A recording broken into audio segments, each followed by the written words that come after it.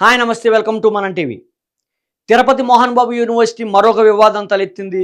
ఏదైతే చుట్టుపక్కల నివాసం ఉంటున్న హాస్టల్స్ ఏవైతే ఉన్నాయో private hostels, Shirdi Saibaba private hostels owners association మొత్తం కూడా ముఖ్యమంత్రి చంద్రబాబు నాయుడుకి, అదేవిధంగా విద్యాశాఖ మంత్రి నారా లోకేష్‌కు విన్నపం అయితే లెటర్ రూపంలో రాయడం జరిగింది.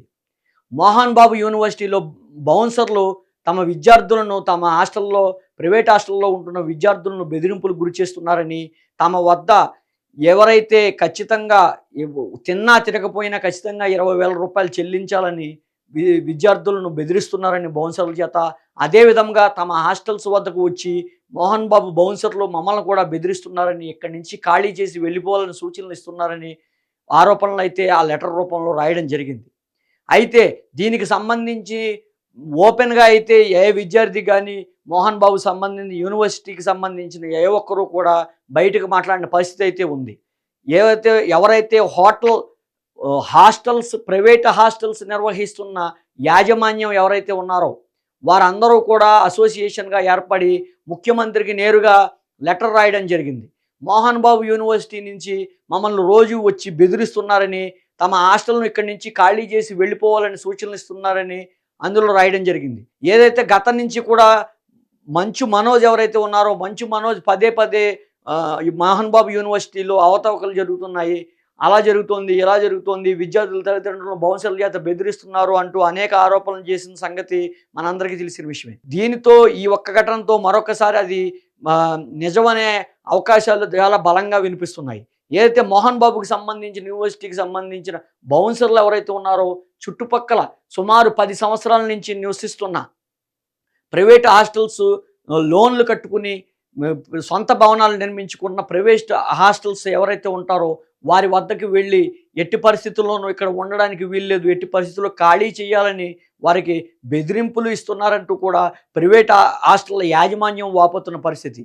వారు నేరుగా కంప్లైంట్ పోలీసులకు ఇవ్వకుండా నేరుగా ముఖ్యమంత్రి చంద్రబాబు నాయుడుకి, అదేవిధంగా విద్యాశాఖ మంత్రి నారా లోకేష్‌కు నేరుగా లెటర్ రాయడం జరిగింది. లెటర్‌లో రాసిన ప్రధాన భాగాన్ని గమనిస్తే సుమారు 10 సంవత్సరాల నుంచి ఇక్కడ జీవనోపాధి సాగిస్తున్నామని, మోహన్ బాబు యూనివర్సిటీ ఇప్పుడు ప్రజెంట్ ఏదైతే ఉందో అది విద్యానికేతన్‌గా ఉండేదని, 2023, 24లో దాన్ని ఎంబీయూ మోహన్ బాబు యూనివర్సిటీగా మార్చారని, మోహన్ బాబుగా యూనివర్సిటీ మార్చిన దగ్గర నుంచి కూడా అక్కడ ఉండే బౌన్సర్లు వారిని విపరీతంగా బెదిరిస్తున్నారని, వారిని వెంటనే ఖాళీ చేసి వెళ్ళిపోవాలని సూచనలు ఇస్తున్నారని, అదేవిధంగా విద్యార్థులు కనుక లోకల్ అయినా నాన్ లోకల్ అయినా ఖచ్చితంగా హాస్టల్‌కు సంబంధించిన ఫీజు చెల్లించాలని బెదిరిస్తున్నారంటూ కూడా ఆరోపణలు రాయడం జరిగింది. అందులో ప్రధానంగా మరొక చెప్పేది ఏంటంటే, ఎవరు మధ్యాహ్నం భోజనం తిన్నా తినకపోయినా ఖచ్చితంగా 20,000 రూపాయలు పే చేయాల్సిందే యాజమాన్యానికి అంటూ బౌన్సర్ల చేత విపరీతంగా అక్కడ విద్యార్థులను కూడా బెదిరిస్తున్నారు. కనీసం కంప్లైంట్ ఇవ్వడానికి కూడా భయపడే పరిస్థితి అక్కడ నెలకొందనైతే హాస్టల్ యాజమాన్యం ఎవరైతే ఉన్నారో ప్రైవేట్ హాస్టల్ యాజమాన్యం వారు ప్రధానంగా ఆరోపిస్తూ ముఖ్యమంత్రి చంద్రబాబు నాయుడుకి నేరుగా లెటర్ రాయడం జరిగింది. అయితే మనం ఈ అంశంలో మనం గమనిస్తే మోహన్ బాబు గతంలో కూడా ఇటువంటి ఆరోపణలే ప్రధానంగా బయటకు వచ్చాయి. ఏదైతే బౌన్సర్లు ఉన్నారో బౌన్సర్లు తల్లిదండ్రులను ఫీజులు కట్టమని బెదిరిస్తున్నారు. బయట 60,000, 70,000 ఫీజు ఉంటే ఇక్కడ 1,50,000, 1,70,000 ఖచ్చితంగా కట్టాలి అని చెప్తూ కూడా వారికి బెదిరిస్తున్నారు. ఎవరైనా ఏంటిది ఈ ఫీజులు అధిక ఫీజులు వసూలు చేస్తున్నారు. ప్రభుత్వం నిర్ణయించిన ఏ విద్యా సంస్థకైనా ప్రభుత్వం అనేది ఒక ఫీజు అనేది నిర్ణయించడం జరుగుతుంది. ఆ ఫీజును కట్టకుండా దానికి రెట్టింపు వసూలు చేస్తున్నారు అంటూ కూడా తల్లిదండ్రులు ఎవరైనా బయటకు వచ్చి చెప్తే వారిపై బెదిరింపులకు పాల్పడుతున్నారంటూ కూడా గతంలో కూడా మంచు మనోజ్ కానీ, అదేవిధంగా విద్యార్థి సంఘాల నాయకులు కానీ నేరుగా మంచు మనోజ్ అయితే ప్రధానంగా ఆరోపించడం జరిగింది. అదేవిధంగా దాన్ని ఖండిస్తూ మోహన్ బాబు విద్యా సంస్థలంటే మనకు అమ్మ లాంటిది, అది ఇది అంటూ కూడా అనేక సార్లు దానిపై స్పందించడం జరిగింది.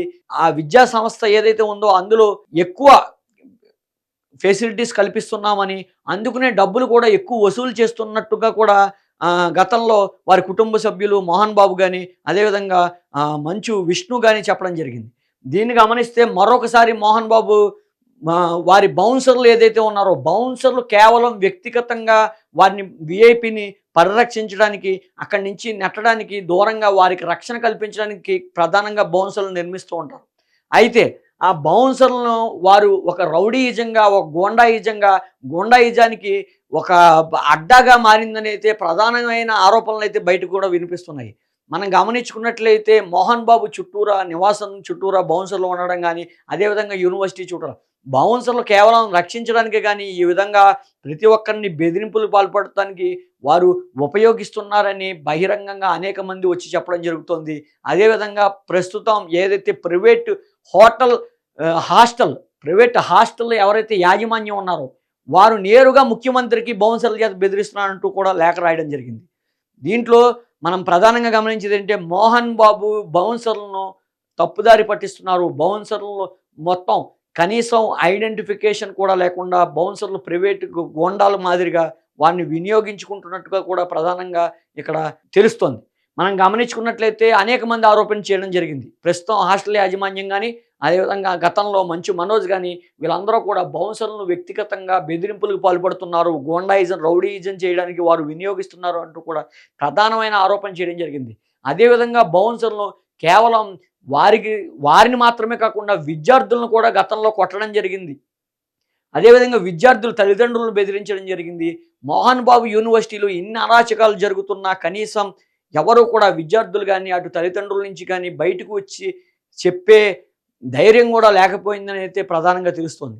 మనం దీన్ని గమనించినట్లయితే సుమారు 10 సంవత్సరాల నుంచి ఆ విద్యా సంస్థ బయట భాగాన ఎవరైతే ప్రైవేట్ హాస్టల్స్ ఎవరైతే ఉంటున్నారో వారు నేడు బయటికి రావడం జరిగింది. ప్రైవేట్ హాస్టల్స్ అసోసియేషన్ ఎవరైతే ఉన్నారో వారందరూ కూడా నేరుగా ముఖ్యమంత్రికి కానీ, అటు విద్యాశాఖ మంత్రికి కానీ ఖచ్చితంగా వీరు ఇలా పాల్పడుతున్నారు, ఈ రకమైన చర్యలు చేస్తున్నారు, ఖచ్చితంగా వీరిపై యాక్షన్ తీసుకోండి అంటూ కూడా లెటర్ విడుదల చేయడం జరిగింది. ఇది మోహన్ బాబు పరిస్థితి.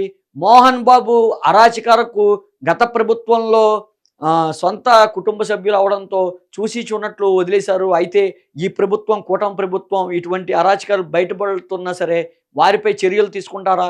వారిపై ఎంక్వైరీ చేసి విచారణ జరిపి నిజంగా అక్కడ బౌన్సర్లు కనుక అటువంటి పరిస్థితి ఉంటే, అటువంటి బెదిరింపులకు పాల్పడుతుంటే ఖచ్చితంగా చర్యలు తీసుకుంటారో లేదో వేచి చూడాలి.